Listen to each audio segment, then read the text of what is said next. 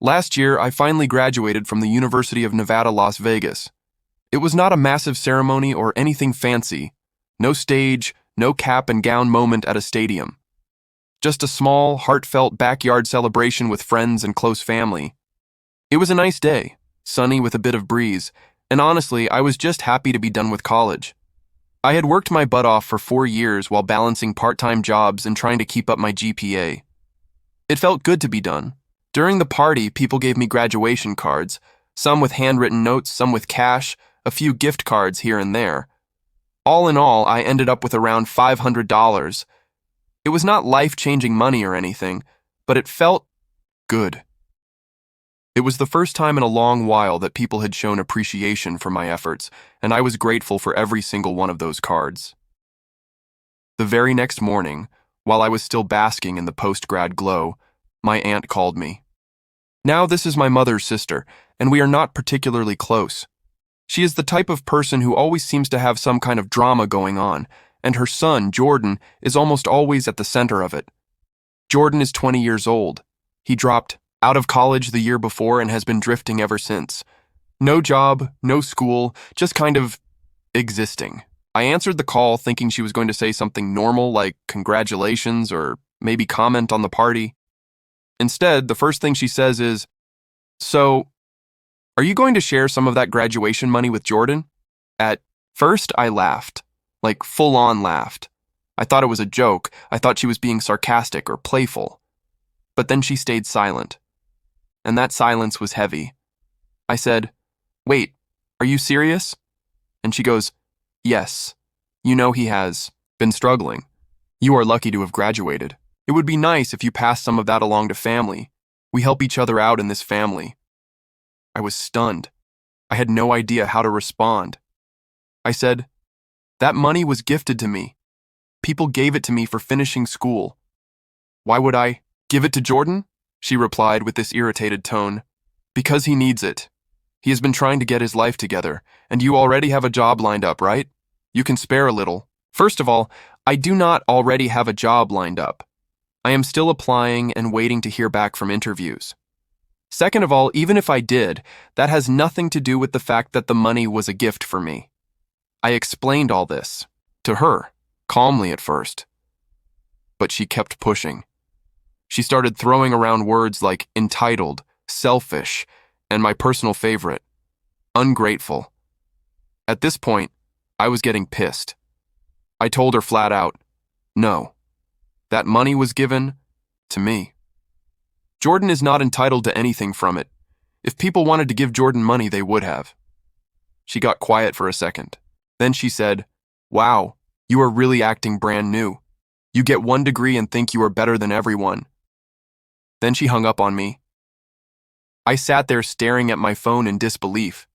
That entire call felt like some kind of surreal test, like I had accidentally stepped into an alternate reality where graduating meant I owed someone else a prize. I told my mom about the call later that day.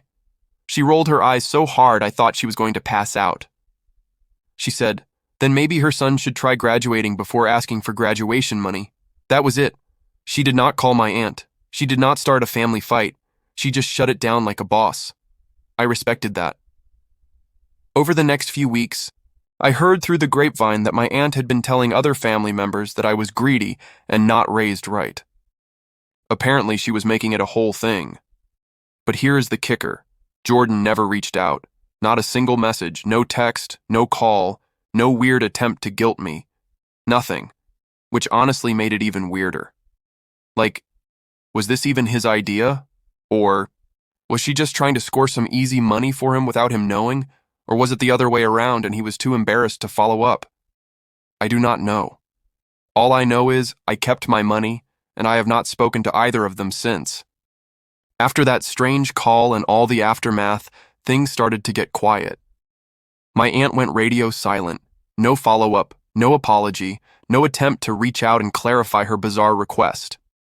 My cousin Jordan, like I said, stayed out of it entirely, at least on the surface. I went on with my life. I used part of the graduation money to pay off some lingering textbook fees and spent a little on takeout and new clothes for interviews. Nothing flashy, just practical stuff.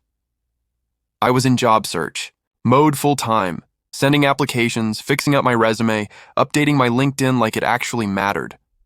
And then, out of nowhere, about 3 weeks later, I got a text from an unknown number.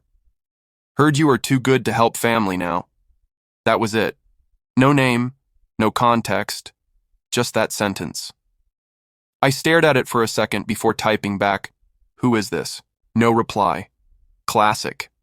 A few days after that, my mother got a phone call from another one of her sisters, my other aunt, the more level-headed one. She told my mother that the aunt who had called me, the one with Jordan, had been gossiping about me at some extended family barbecue, telling people I was stingy, entitled, and not someone who understands how family works. Apparently, she even said that college had made me arrogant. That one made me laugh. Like college was some kind of machine that turned you into a snob. The irony, of course, is that she never went to college herself, and neither did Jordan. But now they were mad that I had managed to crawl my way through it, survive the debt and the stress, and walk away with a degree and $500 in gift cards and cash as a reward.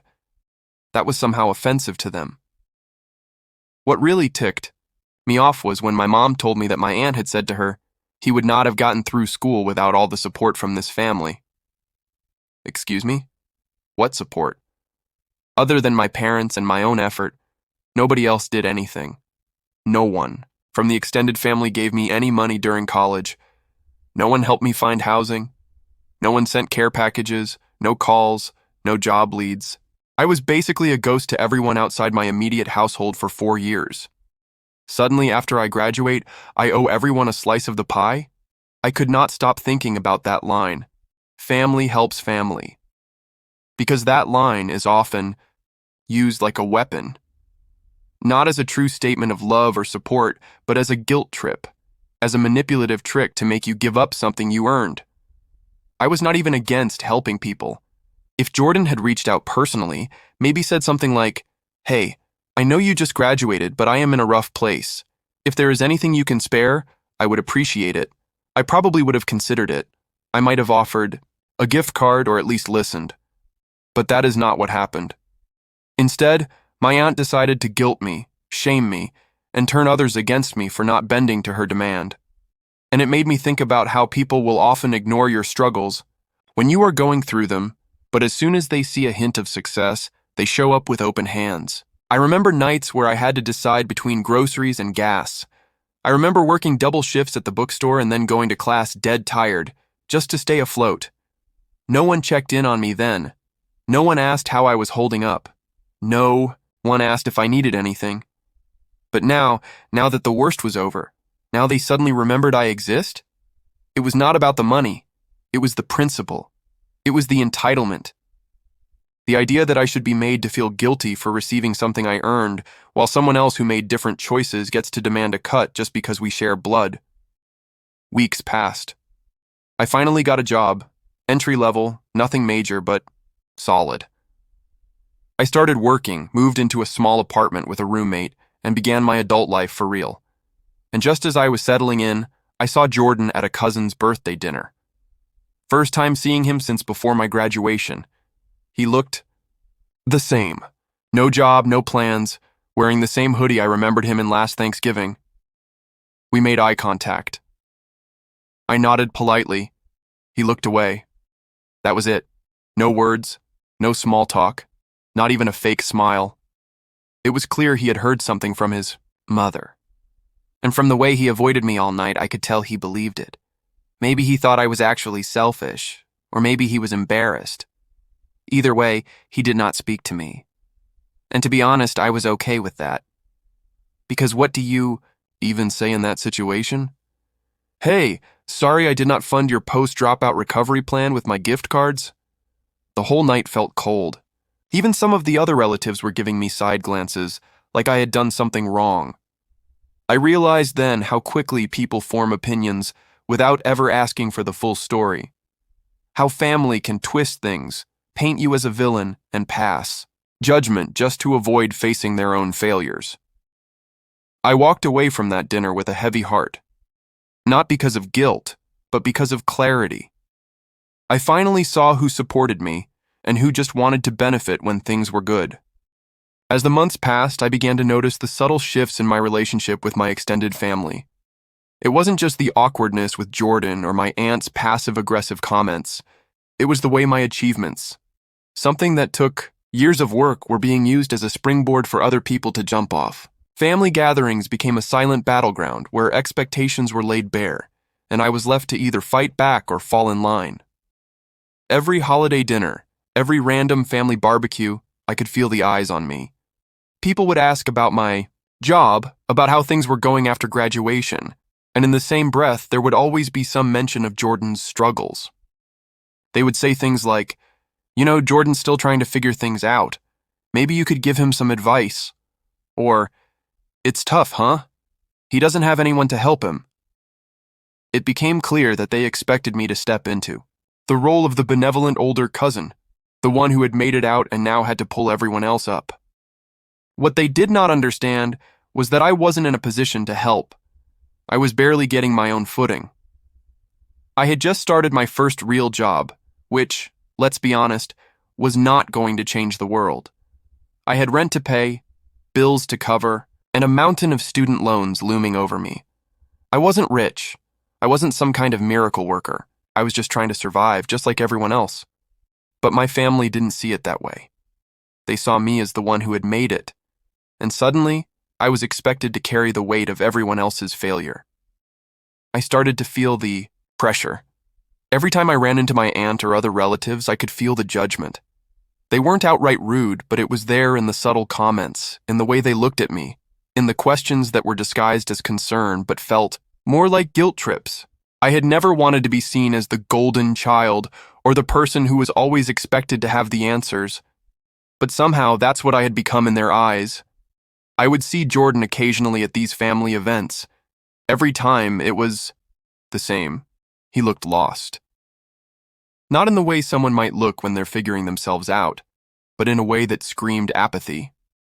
He didn't care. He wasn't interested in working hard to change his situation. All he seemed to want was someone to rescue him. And the worst part was, I could see it. I could see him just waiting for someone to swoop in and make it better. But I wasn't going to be that person. I wasn't going to hand over what I had worked for just to make his life easier. And I wasn't going to pretend that his lack of effort was my responsibility. I had worked hard for everything I had. I had fought tooth and nail to get my degree, and I was ready to fight for my place in the world, not for a handout from anyone. The more time went on, the more I realized how toxic that family dynamic was. My aunt was just the tip of the iceberg. There were others in the family who would talk behind my back, accusing me of forgetting where I came from, or thinking I was too good for them. It was exhausting. I had never asked for any special treatment. I had never thought of myself as better than anyone else. I had simply worked hard, and now I was being punished for it. The feeling of being misunderstood, of being expected to carry the weight of other people's failures, began to eat away at me. I started to resent the people who were supposed to be my support system. I stopped attending family gatherings, started distancing myself from the constant guilt trips. My peace of mind was worth more to me than their approval. And slowly, I realized that the only person who truly understood my struggle was me. I wasn't going to change their opinions. I wasn't going to prove anything to anyone who refused to see the truth. It wasn't about them. It was about me, and what I was willing to tolerate.